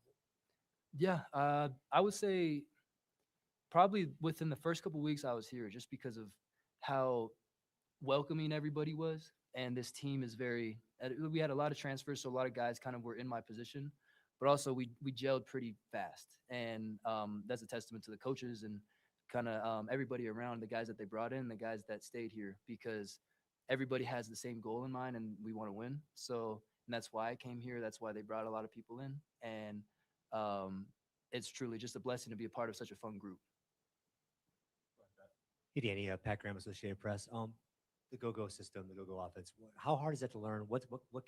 How good can you guys be in that system, and how do you like it? Yeah, I mean, it definitely takes some time just because it's a brand new offense, but it's so fun to be a part of just because of the variety of everything that you can do. But with that, I mean, it definitely takes some time and extra minutes and hours in up in this building. But like I said before, I find that stuff fun. I enjoy having fun and learning this playbook. So, and now like everybody's on the same page. We went through spring ball and got our installs in, and we were able to display like what we truly have here. And it's a fun offense to be a part of. Stay over here, Liam. Go ahead. Liam Howard, Buffs on SI. Danny, what was your first impression playing here at Folsom Field, and did that raise some excitement for the fall when these stands are a bit more packed? Absolutely. I mean, I truly thank God every day that I'm here, because it's truly a blessing to be a part of such a fun culture and in a beautiful place. Like Colorado is a beautiful place, and Folsom Field is, I couldn't get enough. I had to take a moment and just kind of look around and kind of be proud of myself of where I was and where my feet were. So I was definitely a blessing to be here. Brian, how bold today the camera. Yeah, the spring game against another team would have been helpful. Semester of college. How do you feel like you progressed throughout spring ball? You Throughout said spring ball, I the feel like I progressed receiver really ran well, the wrong route. getting That's all my what it seemed reps, like. taking care of the little things, listening to my coaches, preparing the right way, So I feel like I made steps. I feel like I progressed slowly, but 1%, that's good enough for me, and it showed out today, where I started and where I am now. So I'm just thankful. And then Danny, I'm gonna put you on the spot and ask you about him, what you've seen from his progression, but also if you could talk about some of those other corners that you see. I mean, Coach Prime was talking highly of Cree Thomas the other day, and first talk about Mo, but like some of those other guys you've seen that have been a challenge for you. Yeah, I mean, Mo, I can't really say enough about him. He's one of those guys where you got to know where he's at on the field, especially if you're going to line up against him. You got to come with a plan, and if you don't, he's going to get hands on. He's going to disrupt your route. He's a smart player, and he kind of has a really good feel for the game, as you guys saw today with his interception. It was just, I was excited for him, but I kind of knew that it was coming just because that's how he is. That's how he practices. And then the other corners, I mean, everybody's been putting in that work. So Cree is doing his thing and kind of taking control of that room. But then also everybody from the top down is really just doing their thing and working. Had a good spring. Hey Mojo, Harrison Simeon, Buffs and SI. Just curious what your first impressions have been on Boulder and in adjusting to the locker room in this kind of setting. It was kind of hard at first, coming from down south, being from New Orleans, we under sea level, so the climate is a little different, getting used to the air, getting used to breathing right. But I got, we was outside practicing, I was getting used to it, getting the feel of it. And when it come down to the locker room, that's like home for me, music playing every day, everybody excited, jumping around, loving each other, and that's all I can ask for being on a team like this. I'm also from New Orleans myself, so I'm in the same area. So I'm curious, playing for Edna Carr, one of the top programs in the state, what kind of knowledge do you absorb there? How do you think that prepared you for this level? Really just understanding how to win games, how to prep, that helped me get to here, just knowing how to win, like I said, knowing what to do, knowing the right and wrong things to do, taking care of the little things. That's it. Danny, we talked to Ben the other day, and Ben was mentioning that he's really trying to be gung-ho and setting events up for the team and, this summer and bonding and things like that. Are you a part of that group, and how much are you encouraging some of the young guys to maybe change their summer plans to try and gel a little bit more? Yeah. First of all, Ben is doing a great job. I mean, he unfortunately isn't playing with us, but he's taking the role off the field that he hasn't missed a step on that. So, and a lot of the guys still look at Ben as the leader and everything like that. So when he talks, people listen, and he's doing a great job on trying to, kind of gel the guys and make plans like you were saying. And a lot of guys are buying into that. So I keep mentioning about just buying into the same goal. And that's what really everybody's trying to do here because we all have one goal on our team, and that's to win. He was actually mentioning that you guys might be rooming together. What has that relationship been like as it's developed? So he wanted to live in my living room. So I didn't have the courage to tell him no. So I think that's still up in the air. I'm trying to find an excuse. But I don't. If I have one, if I find one, it'll be great. If I don't, I'll have a buddy living with me on my couch. So, but I wouldn't mind because Ben's such a great individual. He's a great guy and a great teammate. Hey guys, how's it going? Max Friedel with Skill Buff Sports. Both you guys being new faces, especially in this NIL transitional phase. What do you want people to know about you guys specifically? Like fans see you guys pop up on the score sheet, touchdown, Danny Scudero, big play, Mojo Williams. What do you guys want them to know about you guys? Really, I just want the fans to know that I'm all in. I'm team Buffs. Whatever it takes to win, that's what I'm on. I want to win. I want to bring some good to Boulder. That's it. Yeah, and I'd say pretty much same thing. I want to win. That's why I came here. I truly want to do what I can for this program and help out any way I can, just because they brought me in and it was, like I keep saying, it's a blessing to be here. But then also I want them to know that I'm a faith-filled man. So I give all the glory, honor, and praise to my Lord and Savior Jesus Christ. So I would say that those two things would be big for me. Last one, bro. Hey, Danny, I'm Balin Weiss with Scola Sports.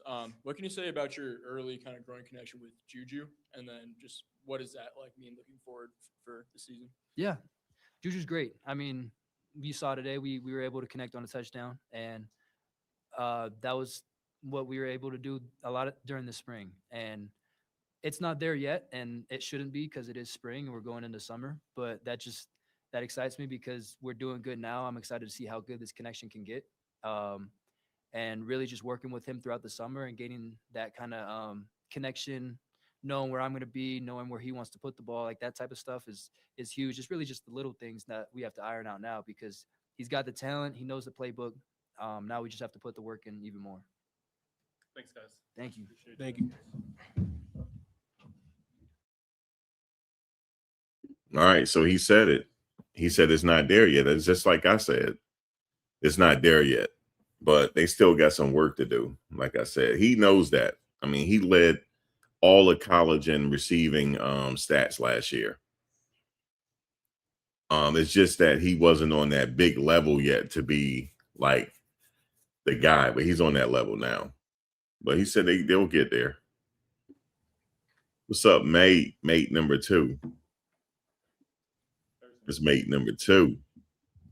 Hey, Damon. Here's Simeon Buffs in SI. How you doing? I'm going good.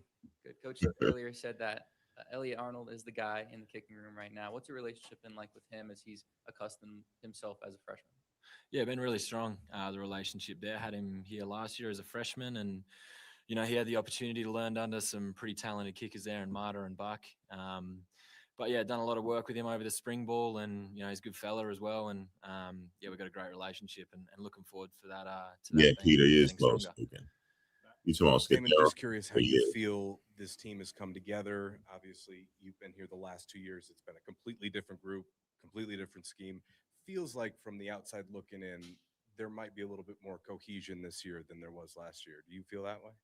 Yeah, the environment feels really good around the team at the moment. I was just saying before, we've got a lot of guys that are hungry from last year to have, a better season. And we've got a lot of guys that are new transfers and are hungry to prove themselves. So when you combine those two together, you got a pretty competitive and hungry team to work hard and come in every day and do their thing. And I think that's really helped the team cohesion there and the camaraderie as well. And as leaders, it's been an emphasis for us to push that and bring this group together because, we've been through some challenging times already this year. And, it's feeling like a really strong sort of camaraderie within the team right now. Coaching wise, it seems like they've come up with a bit of a creative solution to address special teams on the whole, where kind of everybody's fitting into the equation, or a lot of the different coaches. How's that process gone working with a bunch of new guys? It's been great. Yeah, the coaches have been really involved in special teams. Every coach, and they're looking out for us and wanting us to perform at our best. And I think because of that, special teams is going to be a strong part of the team this year. But yeah, I've been really thankful for all the coaches that have put in the work and are really showing they want us to succeed in that area of the game because it is an important part of the game. Coach Niblett's been great. But I also want to shout out Coach Jacob Heavers as well, one of the analysts there for us on special teams. He's been really good. He's really brought the special rooms team together, and he does what's best for us, and he's a great coach. Hey, Damon, Lee Rivera, BuzzStampede.com. I just want to ask you, in that room, is there any players you've been kind of gelling with, or guys you kind of formed a connection with in this short spring period? Special teams room, that is. Yeah. No, we all get along well. It's always been a very strong position of Coach Prime's team. Always has been. We've always had a good camaraderie and sort of team cohesion within each other, and we all love each other and work hard and do what we need to do with each other. So it's I'm not going to put just a few names. I think I get along with everyone in the special rooms team there, and that was the same as last year as well. So couldn't be more thankful for my teammates in that room. Hi, Damon. You talked about the coaching dynamic there, new guys helping you out. Are there some specialist coaches that you guys see outside during breaks? What does post spring ball leading up to summer look like for you? Yeah, it's just a lot of sort of individual work on my own. Yeah, like obviously I got the link there back in Australia with Pro Kick. Probably not going to do that. Go back to Australia, hang around here in Boulder and see a bit more of Colorado. So yeah, we got Coach Matt as well that we work with. That's a bit of a kicking specialist here in Colorado, and he's great as well. So a bit of work with him. But yeah, a lot of the work for me is individual, and then with the snapper and the kickers in town as well when they are. So. For me, it's just going to be a lot of hard work throughout this summer period and getting ready for the season ahead. Hey, Damon, just curious how this team has kind of evolved in terms of leadership on a player level. Like, who have you seen step up this spring, and how has that kind of changed from the fall?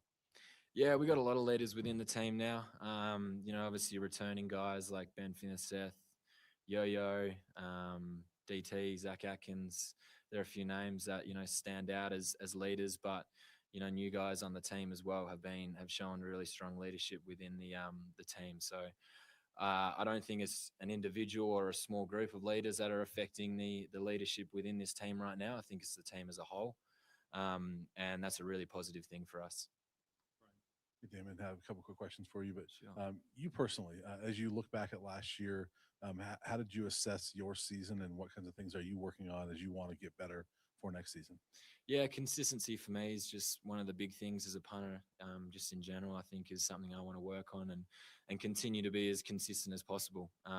Last season I felt like I had a pretty solid year, and I want to build off that and have an even better year this year.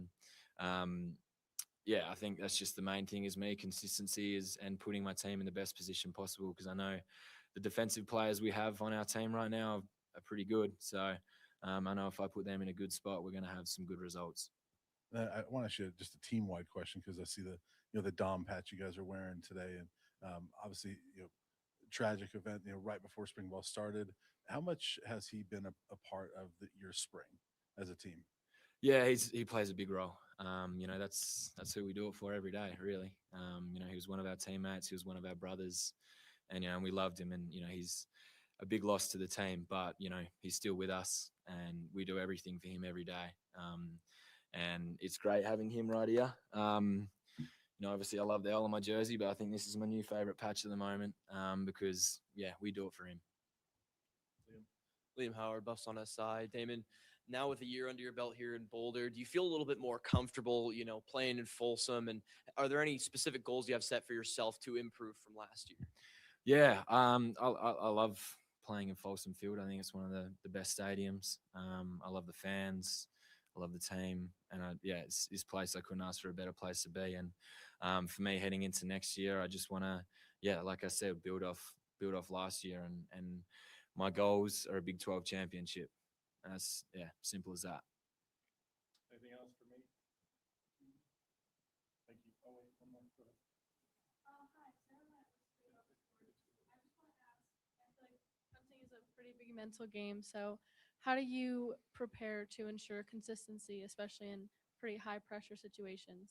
Yeah, it's you're right. It is. It's a lot of mental to the position, and with that, I do some PHP sessions with Miss Ali, and she's one that works on the mental side of the game, and how I can run out there and line up for a punt and execute a punt to the best of my ability in a good mental space. And it is a big part of the game, and it's something I want to continue to grow, and I've done consistently for a while those sort of sessions, and it's something that I think is an important part to my position.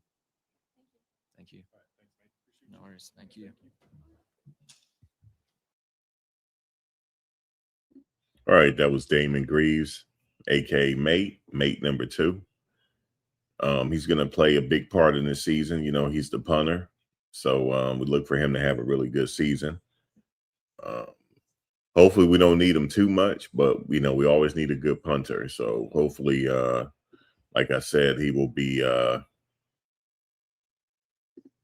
ready to go. Be ready to go when we need him. But yeah, man, I like Danny Scudero, man. I like that coach hooked him up with Julian Edelman. Man, imagine what Julian Edelman is going to teach him in the offseason, man. Come on, man. That was Julian Edelman. So that's going to rub off on him because coach know that he's a pro. Eventually, he's going to be a pro. You just know certain players, they're going to be a pro. Just the way it is.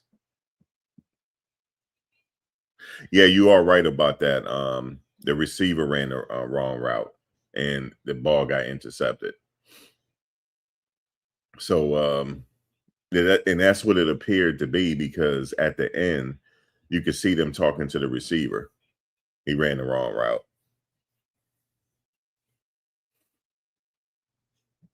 So, but we'll see, man, who the starting quarterback is going to be, because that's still the question. Who's actually going to be the starter? Because, like I said, this kid, his brother's in the NFL, and he looks just like him. He runs like him and everything. It's like they're twins. And so we'll see. We'll see, because he's definitely fighting for that job. For sure he is. He didn't come there to sit the bench. He's fighting for that job. So, which is good. You need that quarterback competition to keep them on their toes. But I know a lot of people saying it's Juju. If it is, then I'm not arguing with that either. He had he did play some games last year, got some games under his belt, under adversity. So that's some good experience for him to have that he takes into this season.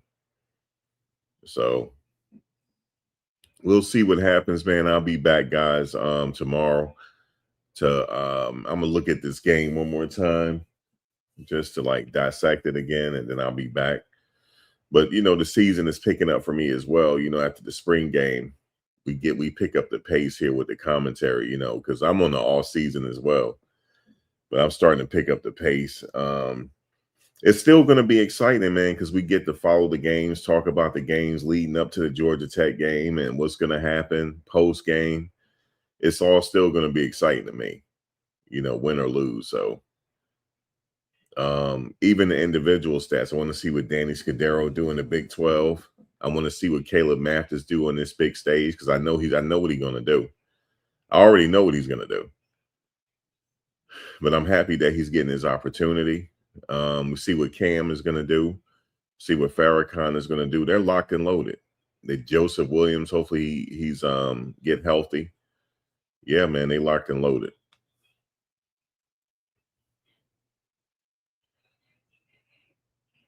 You said, Buff Nation Daily, is this the best team you've ever seen? You mean the best Colorado team? No. It was the Heisman Trophy team. That was the best team, for sure. Hands down. That was a very celebrated season for many reasons. mean, that kid took down the Heisman Trophy, man. Not only that, he was the most decorated college football player that year. He took down all the hardware except for the Thorpe Award. That's the only award he didn't win was the Thorpe. But I mean, you had Jimmy Horn, you had LeJohntay, you had Shador, you had Shiloh, you had Solomon Craig, you had Shadozy. Come on, man. Like, come on, man. That was the team. That was the team right there. But this team could prove us wrong. They could be the next squad up. We'll see.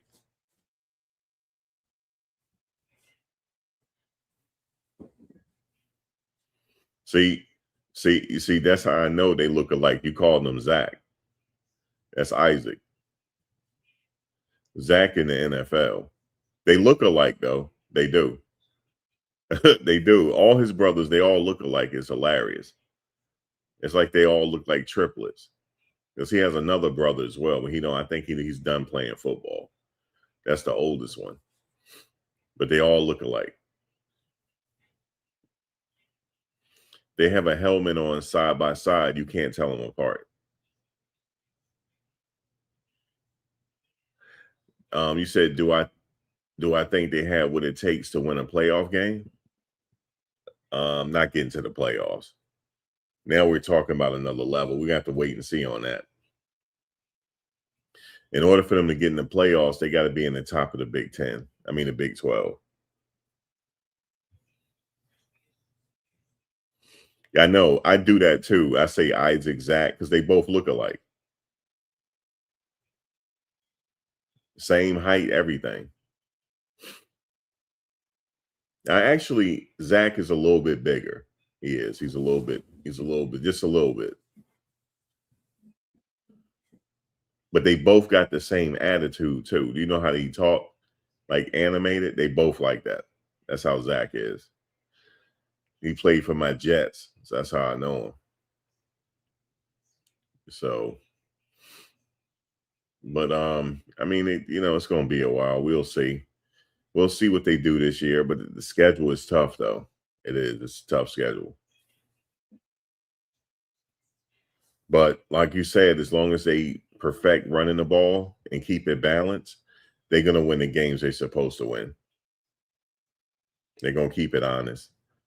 And then the defense come through. We just need the defense to come through, stop the run better than they did last year. Don't give up so much yardage like they did last year. They should be fine. You say you think they should move to the Mountain West? Yeah, they just got back to the Big 12.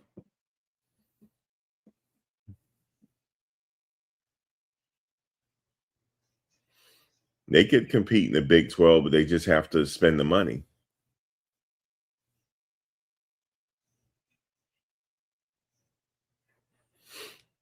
Like I said, they spent money on Scudero. That was some good money spent. And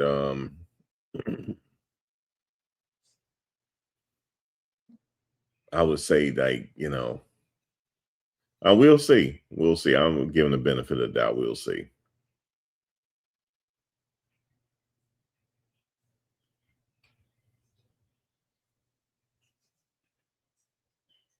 But yeah, man. Spring game is over. I know some people gonna tear them apart, but we'll see. It's still early though. Still early in the process. They still got a little ways to go, and they'll go from there. But guys, I'll catch you tomorrow. Catch you on the next one. Yeah, man. Until next time, y'all. Thanks for joining.